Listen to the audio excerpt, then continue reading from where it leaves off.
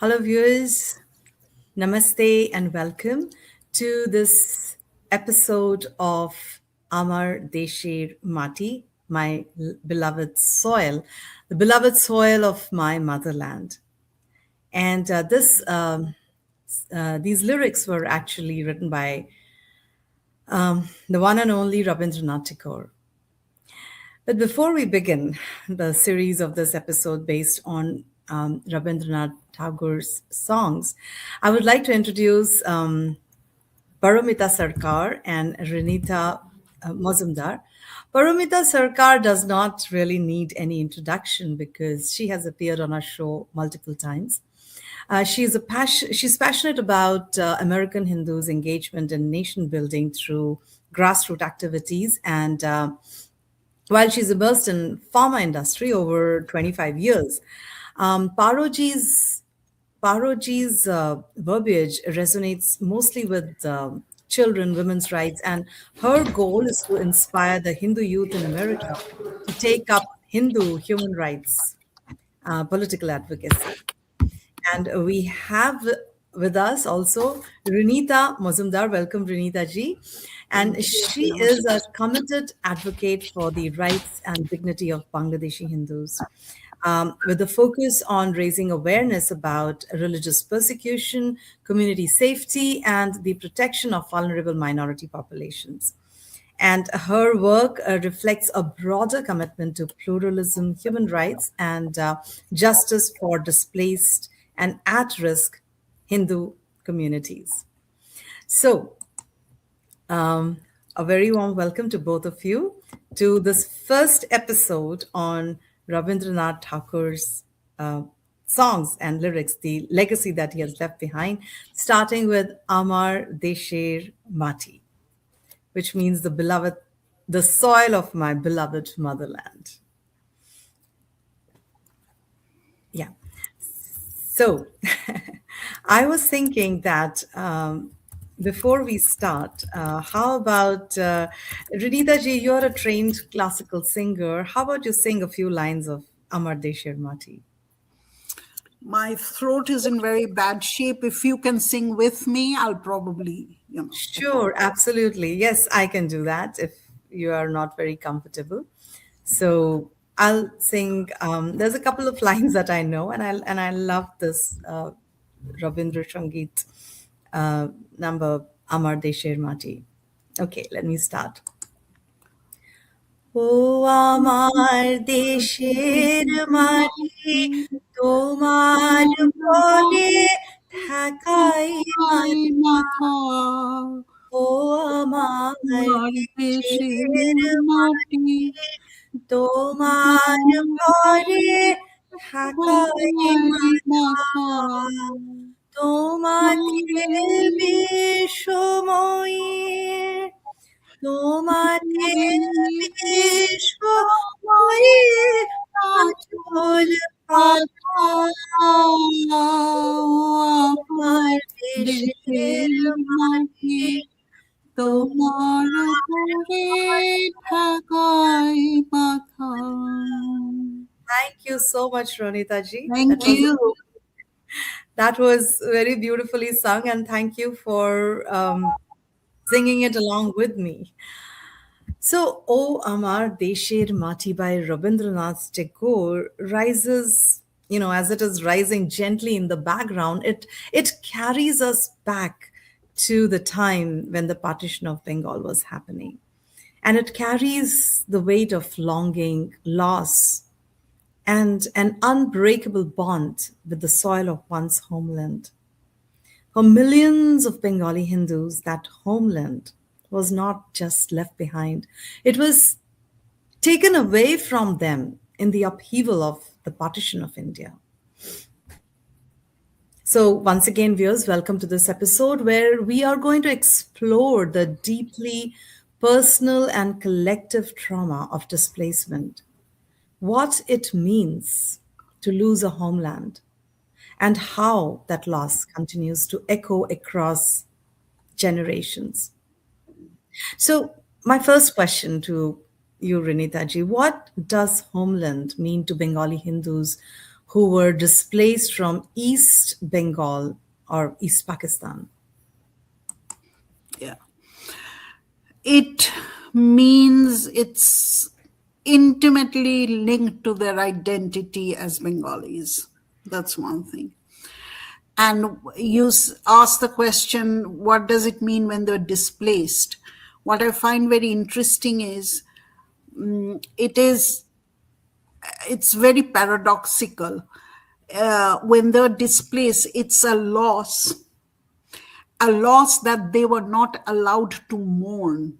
In Freud, there are two types of two ways in which we react to losses. The feminist theorists also talk about it like lucid awakening.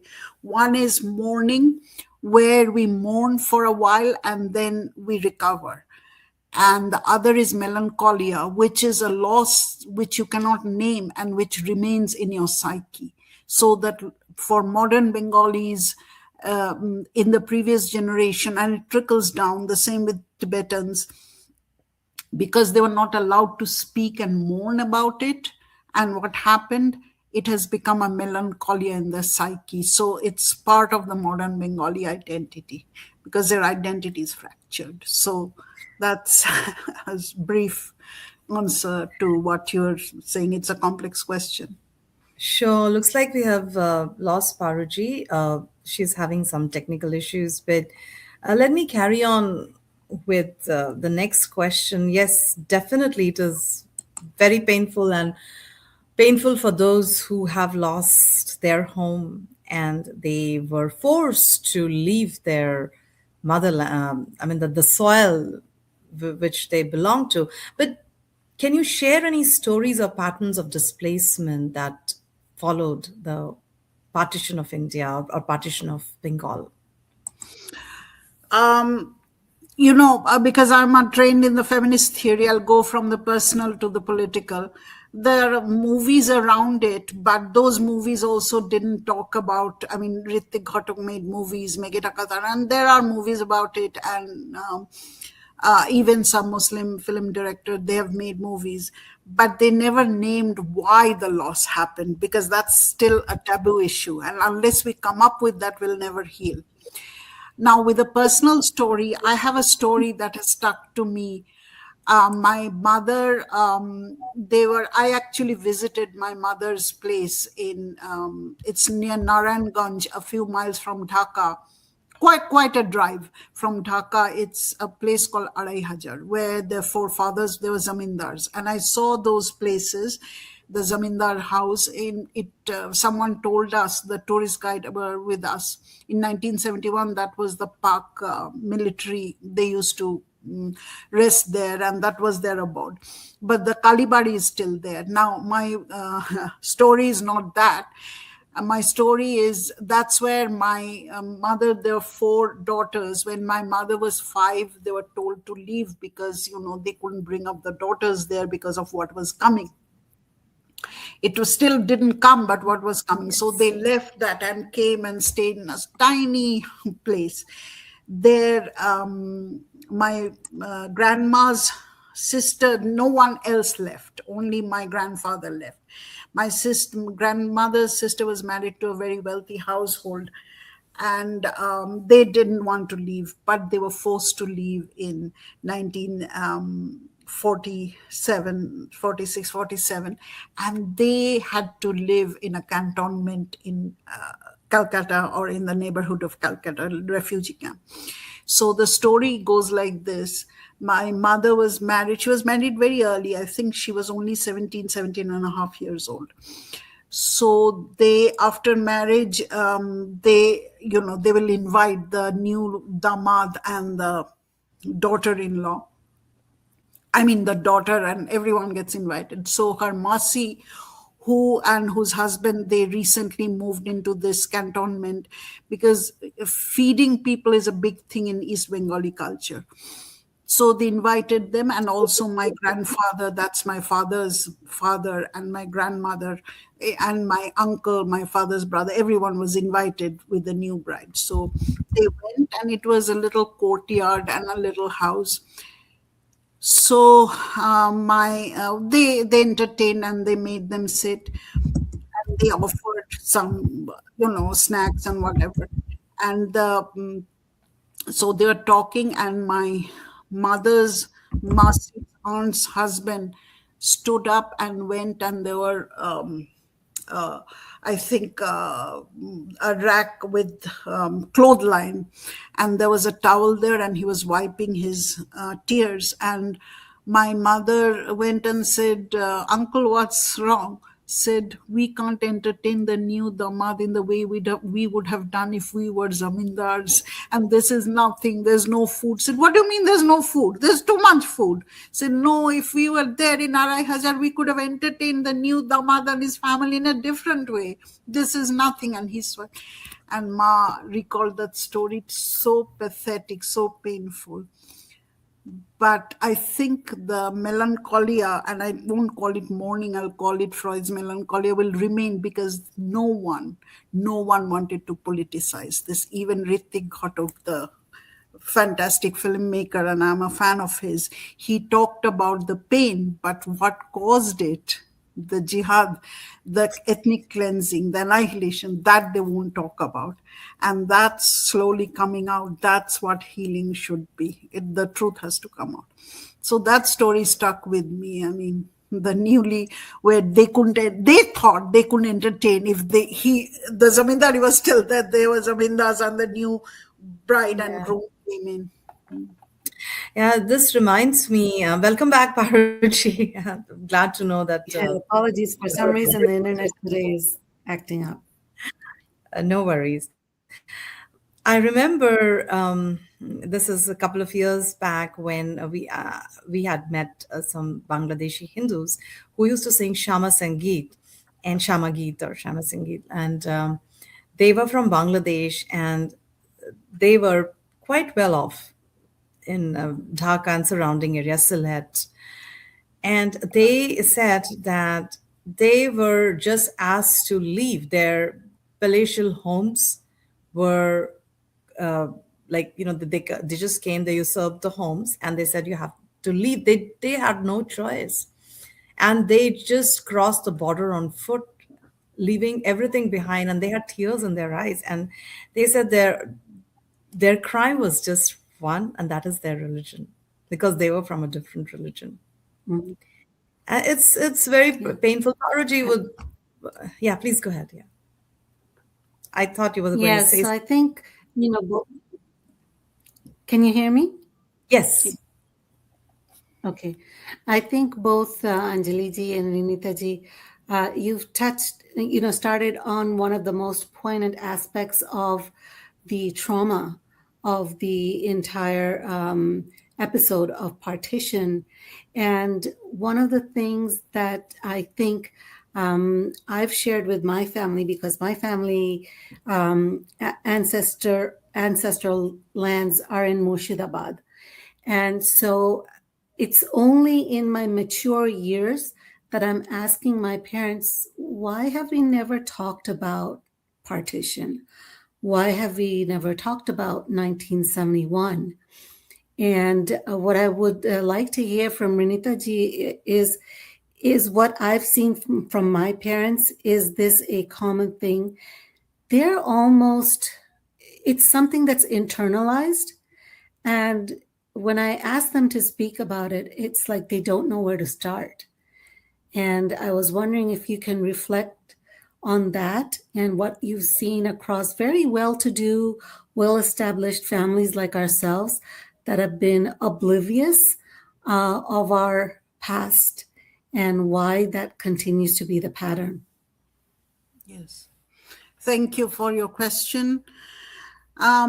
This is typically the feminist angle. Women or any oppressed group, not just women, any subaltern, they will suppress and suppress and suppress, and then it'll come out someday. But when it comes out, there'll be violence, and one cannot, deny that.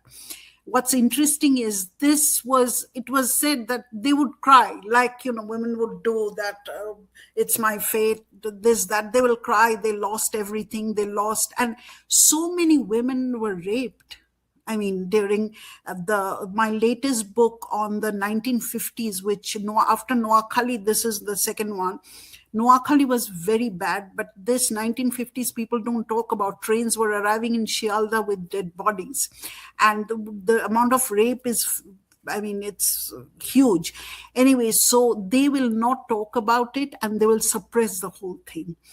And this is very typical because the victim always takes the blame. It's shameful to talk about it.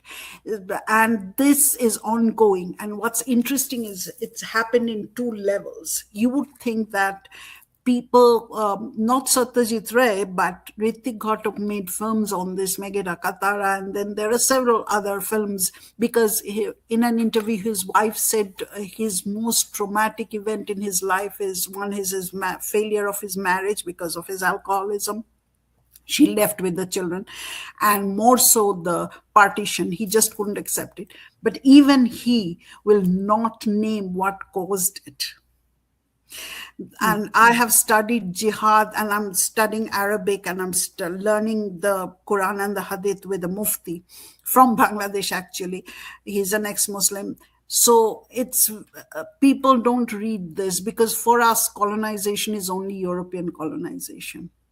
And this colonization, because my research was where I started, actually I came to Bengal through Africa. When I started studying Africa and the brutality of the Arabs and the Ottoman Empire, it far surpasses anything else.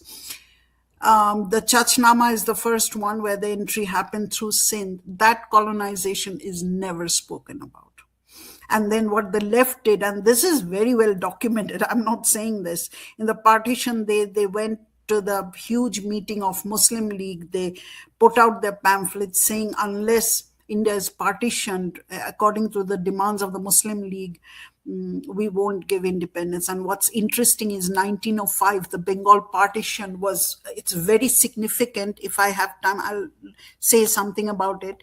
It's very significant because this was the time when not only Congress moved to the Swadeshi, this was the first time when Rabindranath Tagore took part, the Swadeshi, but this was also the time when the Muslim League was first established. So 1905 sowed the seed of 1947, the partition. The Muslim League was established in Dhaka in 1905. And Rabindranath Tagore, I find Rabindranath Tagore very ambivalent because he was very critical of nationalisms coming from what he saw Europe and the Japanese, and he has a lot of problems with it. But on the other hand, he was the one who did the Raksha, the Rakhi Bandhan between Hindus and Muslims. The Muslims didn't join because they thought it was very Hindu. For the same reason that Bangladesh, with its even Amar Shonar Bangla Mi Tomaye Bhalobashi, which is their national anthem, the people say the jihadis are against him and broke his, but it's a lot of Muslims, they would be against it because they are seeking their identity. Are you a Bengali or are you an Arab? I mean, and they somehow being a Bengali and being a Hindu has been identified. And it is because the culture is that old. I mean, you impose an outside culture, it doesn't work like that. And Rabindra Sangeet singers, there are as many good singers in Bangladesh. Rizwana Bolna, she is fantastic, as in West Bengal. So I mean, that thing is going on, and it's very interesting. Rabi Thakur's nationalism is very different from, and he was a huge critic, and I find him very interesting, especially in his book Ghare Baire and Stree Potro. I don't know how the feminists in India see Rabindranath Tagore, but he was the feminist in a different way. Ghare Baire, he was a staunch critique of that aggressive nationalism via Shandi. On the other hand, the other masculinity depicted through Bimala's husband was very, very different, very subtle. And Rabindranath Tagore's nationalism is very much based on the spiritual humanism which he derived from the Upanishads, because the whole Vishwa Bharati is the Gurukul system, actually. and he was very opposed to that rote learning. It's creative, free. So it's a very interesting thing. He, on the one hand, he didn't agree with Mahatma Gandhi, although he coined him Mahatma in a lot of extent with the charka, and he thought that it was very regressive and so forth. So that's very interesting, that unless the whole narrative comes out about colonialism, because the whole point of jihad, it's very clear that there are two types of kafirs. One are people of the book, and they can stay as second class citizen provided they pay the jimmy, especially in the Hanafi law, which was going on in Mecca at that time. And the other jimmies are whom they call the polytheist, which was the basic religion in Mecca. They have no place. They have no place to stay, and they have to be annihilated, and that's what it is. So somehow these things had to be brought up by the intellectuals, but the intellectuals were all brought up in a way where they supported the colonial powers. So So, when we talk about uprooting from your own homeland, motherland, there is a trauma that you know which stays inside your subconscious mind for several generations. And actually, I should have asked this question at the end, but somehow I think this is the right time to ask this question. It destroys you at many levels, not only as an individual, it snatches your identity because you don't have the freedom to worship who you want to worship. You don't have the freedom to express yourself. And to top it all, you have to pay money for your belief system. And if you don't, you better leave. That is what they say. So how do you think this trauma of this displacement from the motherland, how has it passed down across generations? Dr. Shochi Dostidar has a book, Bengal's Hindu Holocaust, and there he says something very interesting, which I just quoted. The mechanism and the brainwashing is so great that I visited Jyoti Basu, the chief minister of West Bengal, leftist chief minister's house in, what is that place near Dhaka? It's, I'm forgetting the name. Anyway, I visited. Yeah, that's, it's Chattogram is on the east coast. Anyway, it's Barodi. It's called Barodi, and there's a huge temple also there. So it's been occupied by the people from the majority community in Bangladesh. I also visited my father's place in Shekhar near Bikrampur, Dhaka. So anyway, so it's been occupied by people of the majority community because they are the majority in Bangladesh. Now, he never said a word. He supported the Muslim League in the partition. He, on the day of the partition, when there was the great Calcutta killing, he fled.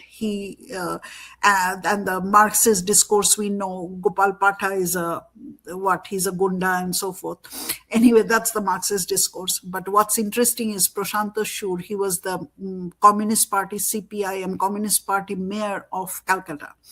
His father, also from the same place, either Borishal or one of those places, his father was asked to convert. And his father said, I won't convert. So he was asked to dig his own grave. He was beheaded and put into the grave that he dug. Yes. We never heard of this story. I mean, talking about women's silence, which is there. This silence, I mean, I don't know what the feminists in India are really brainwashed. They're all Islamist. This is a feminist issue. Feminist issue is not just a woman's issue. It's an issue of justice and oppression. His father was beheaded and buried in that thing. And in the grave that he was told to dig, because he was asked to say Allahu Akbar and eat beef, the same routine.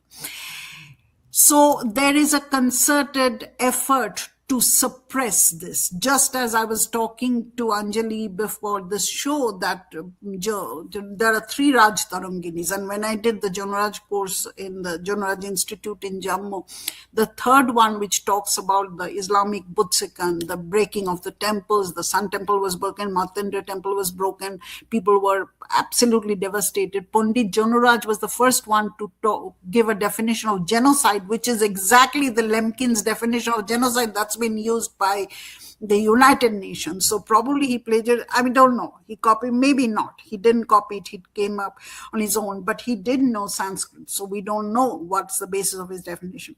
So it's that genocide. See, so Hiroshima and Nagasaki's are not genocides, because the whole intention of genocide is complete annihilation. And annihilation involves not just killing, one-time killing. It's generational. Conversion is also killing. It's killing your identity. And rape. Because if you put the seed, which is what the Pakistani General Niazi said, if we can put the seed, the next generation. And then the leftist whole Marxist discourse of that nothing, the silence, the absolute silence of the entire, not only silence, it's covered like the third Raj Tarangini, where the Kashmiri genocide that was been happening since the 7th century was suppressed.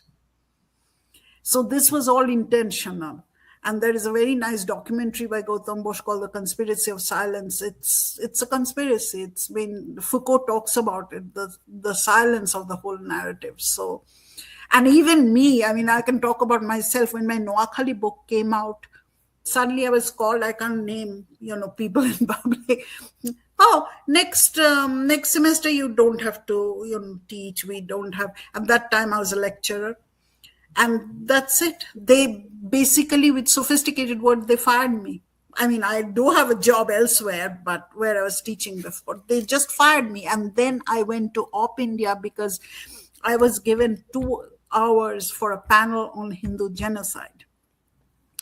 And then they said it's a very good work, etc., etc. Then last minute they cancelled it, and I had to go to Op India. I said enough is enough, and it's on the internet. You can see Rinita Mazumdar genocide panel was cancelled.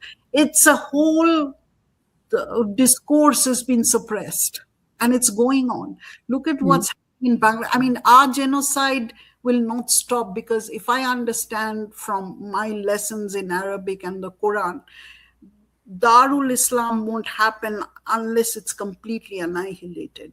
So Jews and Christians, I have a whole video podcast on that, are not the real enemies. They can still stay as dhimmis. Now, why we are surviving for some, there are 4 laws: Hanafi, Salafi, Hanabali, and I'm forgetting the 4th one. Hanafi, Salafi, Hanabali, and another. There are 4 jurisprudence in Islamic laws, and for some reason, in the like in Africa, indigenous communities were almost destroyed. Remember the castration. The reason for castration is not only making them eunuchs, but also not for them to reproduce. Yeah.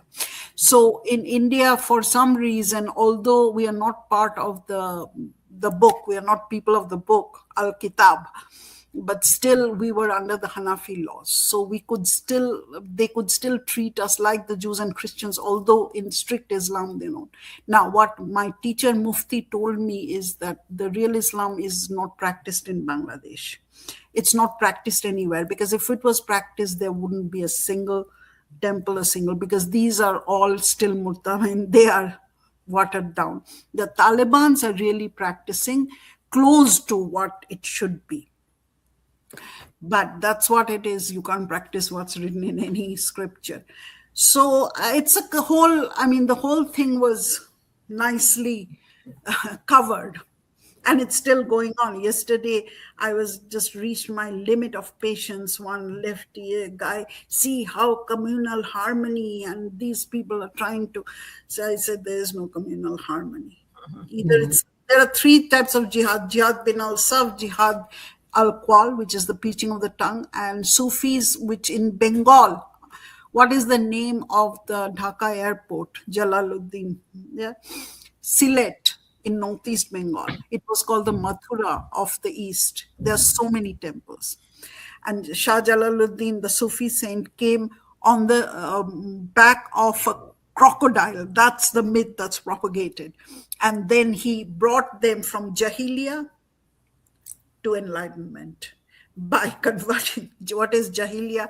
In Mecca, the Quraysh tribe, they were in Jahiliya. That's the thing, because they were unenlightened. Then you bring them to enlightenment. That's the meaning of kafir. Kafir means in Arabic, the peasants who would hide the seeds, they hide the truth. So if you don't, the ultimate aim is the Darul Islam, and that's something. It's there are many ways. It doesn't have to be killing, because genocide is not mass killing. I have a whole podcast on that. It's not mass killing. It's not hate killing. It's a very organized system. We saw that with even corporate. It's a very So, sophisticated system. yeah. So I wanted to ask, because it's becoming more and more difficult as a Bengali Hindu to really distinguish myself from Bangladeshi radicalism, right? They've kind of co-opted the entire Bengali label, so to speak. So my question is, if we are to be honest with ourselves, is there really a Bengali identity without Hindu concepts, without Hindu values, without Hindu literature, without Hindu art? And if there isn't, why are we allowing it to be hijacked in this manner? Fantastic. I had a podcast with an author who just came out in the last book fair in Kolkata. She came out with a book, Bangali Dikhondito Satta, bifurcated. And she shows, and I agree with her, that being Bengali and Hindu are identical. What did the Pakistanis say? That these are not Muslims, they're kafirs. Said, oh, we have sunnah, we have circumcised. Well, that's not enough. These two are identical. And if I want to introduce words into my language, Gosa and so forth, then I can. I mean, we have English language, but that doesn't change the whole identity. We can say culture has changed, because culture is like liver, it's always flowing. Trans. Who is a trans? You're born a trans, you change to trans, you feel like a woman, you're embodied. I mean, the whole Foucauldian Butler and so forth, we can bring that in. These two are identical. And now, so someone said, Rizwana Chaudhary Banna is, what? She's Muslim, she's wearing a teep and the pendants. That's the whole thing. And when someone changes, like I used to have a colleague when I was teaching in Sokor. I taught there for a couple of semesters. My husband is a professor there. Someone changed his gender, and he used to dress and put on makeup much more. That's performative. You have to do it more. And I think one of the ways, because see, jihad is not terrorism, and I go on telling people through my podcast, is patriarchy terrorism? Is capitalism terrorism? These are not terrorism. These are organized systems of power. Marx analyzed capitalism. I mean, if it was terrorism, Marx wouldn't be sitting there and writing pages and pages on capitalism. It's a creation of surplus value and so forth.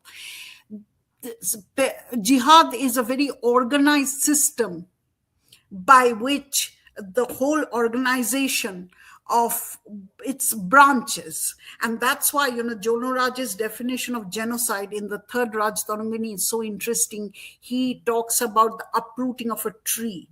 Kinship is a tree. The whole jati vidhwans, he does not say gonohotya, and I just made a podcast on that. Gonohotya means mass killing one time, but that's not jati vidhwans. Means, I always think of, there is a fantastic banyan tree in Calcutta in the botanical gardens. Of course, the English probably put it there. I'm not very sure about its history. When you cut a branch That could be masculine. But when you uproot something, that's what they're trying to do, because they didn't inherit that whole Arabization. It's a different culture. So, Rinita ji, sorry to interrupt, but the recent TCS case, right, the corporate jihad, as they call it, I think it's very similar to what you are explaining, that it is uprooting because those girls were made to feel that they are part of a belief system that is inferior. Hence, they need to get more evolved and be a part of a system that is more superior, that will give them a superior existence. Is that right? That is the ideology, certainly. It is how also other systems of power works. We have to get out of out of mind that it's terrorism. It's a highly sophisticated system. It is. I've studied it, and Mufti also says the same thing. It's highly sophisticated. So Jahiliya, you have Absolutely. Jahiliya, which is Mecca. So last was Salam, prophet. The prophet, his parents were Sanatani.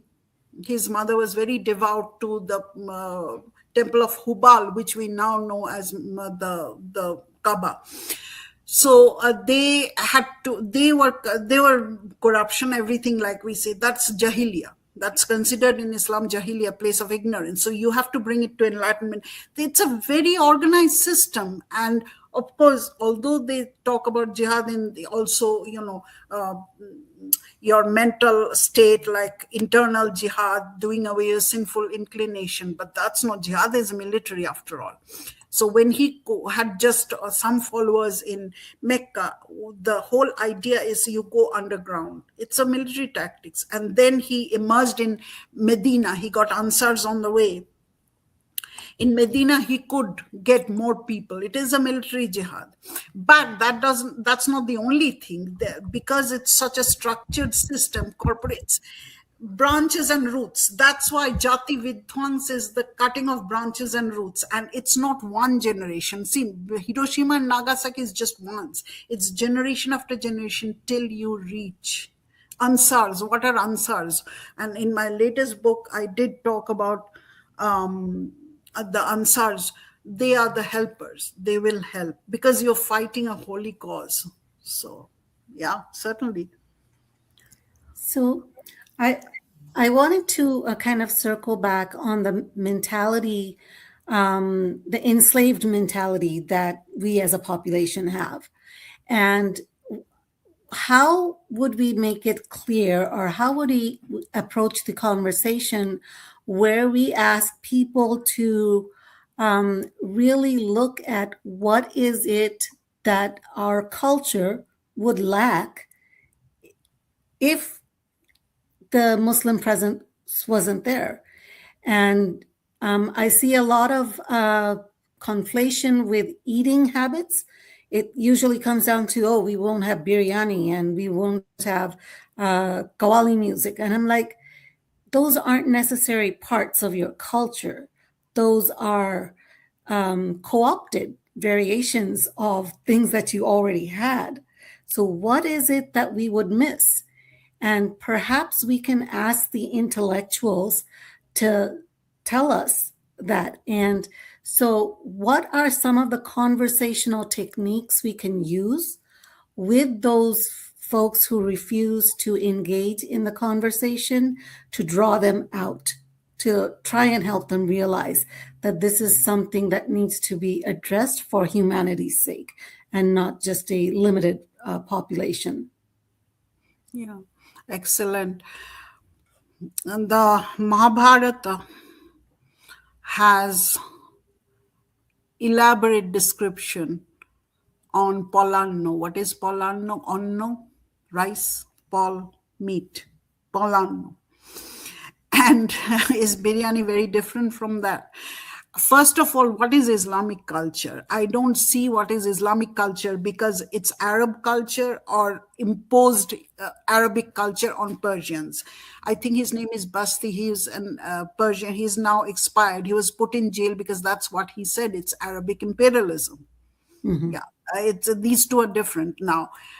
the same way that we are asking, is being Bengali and Hindu, they are conflating, they are. And being Arab, what is the see, Islam is relatively a very new cultural phenomena. I don't know if it's, I mean, what else do we call it? Scripturally, it rose to a great prominence, but it drew from all the cultures there. And so if biryani is imported, I would object to this, saying that the Polanno was already there. Maybe its combination changed out of Persian and Arabic. Arabic, I don't know, Persian influences. So it's not completely new, but it's transformed. But our foods transform. Our foods transform. And as for Qawwali, bhajan was already there. There's no instance of this kind of group song, devotional song in Arab. Maybe in Persia there was, in Central Asia there was spiritual songs and etc. So it's a combination. You can't say that if they were not here, this wouldn't be here. Because if they were not here, it would be in some other form. It's a transformation. That's one thing. I want to mention something very interesting here. See, this research people don't do, but I've done it because it brings out something very interesting. Dr. Fergus Miller of Oxford University, he unearthed a manuscript of the 10th century from a Jewish person called Josephus. And for the first time, Josephus says very directly in that manuscript, and I've read through it. I mean, the translation, of course. My Arabic is not that I can read that original. No, or rather, it's written in Hebrew. He said that these Arabs have to be brought in the Abrahamic fold. So what he did was something very interesting. Abraham, son Sarah, gave birth to, according to their mythology or history, whatever. Sarah gave birth to Isaac, and the sons of Isaac are Jews and Christians. So there you go. What he brought in is the slave woman Hagar, slave of Sarah, with whom Abraham had sex, and Sarah gave birth to Ishmael. And he constructed the story that Sarah, of course, was furious because he gave birth to because the husband had sex with the slave girl, and he threw away Ishmael and Hagar, and they came to what is now Arabia. And Ishmael was very thirsty. He was a baby. There was no water because it's all desert. And so Zamzam, which is like our Ganga, Zamzam, he put his toe and Zamzam sprang out. And Ishmael is the father of the entire Islamic lineage. And that was the first time a Jewish theologian brought that in. They were local Arabs. It's the same story with Bangladeshi Hindus. They're local people. No lineage connection. It was brought in. And when Fergus Miller brought it in, of course, the other historians were furious. But now people are reading it. So they were brought into the Abrahamic fold. It's the same story. It's that, that forced monotheism, and I refuse to call Sanatana Dharma polytheism because it's much more than that. It was brought in. It's the same thing with Bengali Hindus. Suddenly, at Noakhali, there are over 300,000 people converted. So does transformation happen like that overnight? The memories are still there. So in the backdrop of that, there was also a group of people who resisted, and that's why we're where we are. Yes. So can we reflect a little bit more about the resistance that formed during the partition of Bengal and what that means for us in hindsight? Yeah, and also if I can add to that question, along with this resistance, what were the emotional and cultural losses that were, very hard to quantify during this kind of displacement, and when the community was uprooted? Yes, of course there was resistance. Otherwise, we wouldn't be here. And one thing is the creation of West Bengal as a homeland where people, Bengali Hindus' homeland. That's one resistance. And the other resistance, I think, the resistance, not so much to the partition, it happened, but there was talk from the political leaders. There was hardly any grassroots resistance. What I will say was really resistance is 1971. They were reclaiming their Bengali identity, and it was really the Hindu Bengali identity. Although they will say, no, it was just a Bengali resistance movement. That was the resistance.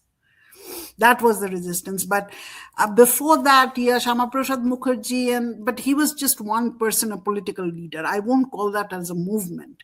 And the homeland was created, the West Bengal was created, partition happened. But when you talk about resistance, the real resistance was 1971, when the Pakistanis forced, and I'm going to reclaim my Bengali identity. What is happening in Bangladesh now is, see, if the real message of 1971 comes out, then they have to look at themselves in the mirror, and they have to reclaim their Hindu identity. And that's why the mullahs are up in arms. And so 1971, 1947, I don't see any resistance. The other thing is, the problem with the Hindus is, people who had some means, like my mother's family, they left. And most of the lower caste, they were left, and they created. But that's always true in India. We don't talk about it. To resist during the Mughal times, the Dalits, they used to wear necklaces which had pig flesh, so that the Muslim, and it's quite, it's absolutely documented that they would come near us, and they held the culture. And this history is a subaltern history that has to come out. It's not so much the upper caste that they held up arms. The other thing is, if you contrast this with Africa, what happened in many of the local kings, like in Nigeria, Gobir, and all these places, they converted. But our monarchs, local monarchs, not only Shivaji Maharaj, but others also, they held up. Like in Assam, etc., the monarchs held up. And so even in Kashmir, Maharaja, they held up. And when the leader doesn't convert, then the people won't convert. Even those who converted, they, like the Bengali Muslims, Pakistanis, they were correct probably that they are still kafirs. They're not Muslims. And that identity, they want to cleanse that identity. And so the mullahs are up. Dr. Ahmed Kuru has a very interesting book. He says the problem with Islam, he's from Turkey, is the exactly what Nietzsche said, the priestly class and the administration, the corrupt administration, they're hand in hand, the mullahs, and they're oppressing the people, so not letting their voice rise. So, and didn't they break musical instruments and the whatnot? Yeah. This is like rubbish. Being a Bengali, music is your thing. Yes. So, yeah. So, And in Bangladesh, they still celebrate Poila Boishakh. They wish each other Shubho Novabarsho. Isn't that a Hindu concept? Poila that is Boishakh. exactly what happened. This rubbish things like Akbar did it and so forth. It's not. See, that is exactly what Fergus says in his research on Josephus. Josephus, the Jew, he was forced these Arabs to come into the Abrahamic fold. They were local Arabs, like local Bengali Hindus. The local Arabs on whom this alien, it was the temple of Hubal. Who's Hubal? He is actually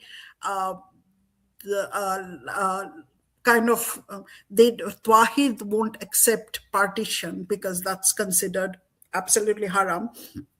Baal was the fertility god because you needed population. If you look at it from a feminist point of view, so like our Shiva, the phallus is worshipped because, fertility, population. So Baal was widely worshipped all along Babylon and all these places. And Hubal is kind of like a reincarnation on avatar of Baal, although Twahid won't accept it. And it was the temple of Hubal and his three daughters, Manat, Al-Uzzat, Al-Manat, Allat, all Munia goddesses. So when this monotheism was imposed, that's what he's saying, they had to, like, he destroyed all the temples. And one of the research by M.L. Khan says that Al-Manat had a different temple in between Mecca and Medina. And someone destroyed the Al-Manath temple, and to save the actual murti, they brought it and placed it in Somnath. That's the reason for the invasion of Somnath, apart from the gold and everything that Muhammad Ghazni stole. But they could not find it. But the Al-Manath, maybe it's a mythology, is still there. So, yeah. Well, it was very enlightening to have you in this show. And thank you so much, Paruji, for being a part of this episode. But as we close this conversation, one truth definitely lingers, which is that a homeland is never just a place on a map. Right. So for those who are displaced, it exists in fragments, in a remembered courtyard, and you can say, like, in the rhythm of a dialect, in some recipes, that will never change, refuse to change. And of course, in songs like O Amar, Desher Mati that we sang in the beginning, that keep calling you back. So the trauma of the partition of India, it may belong to history books, but its imprint is deeply human.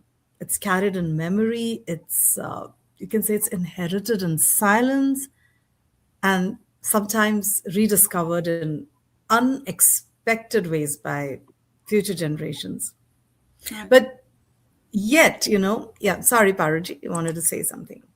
No, I didn't want to interrupt. I just wanted to encourage people that if they truly believe they're intellectuals, then open your mind to reading some of the well-written books and essays and reports, such as by folks like Ms. Rinita Mazumdar and Deep Haldar and then Sachi Dastidar.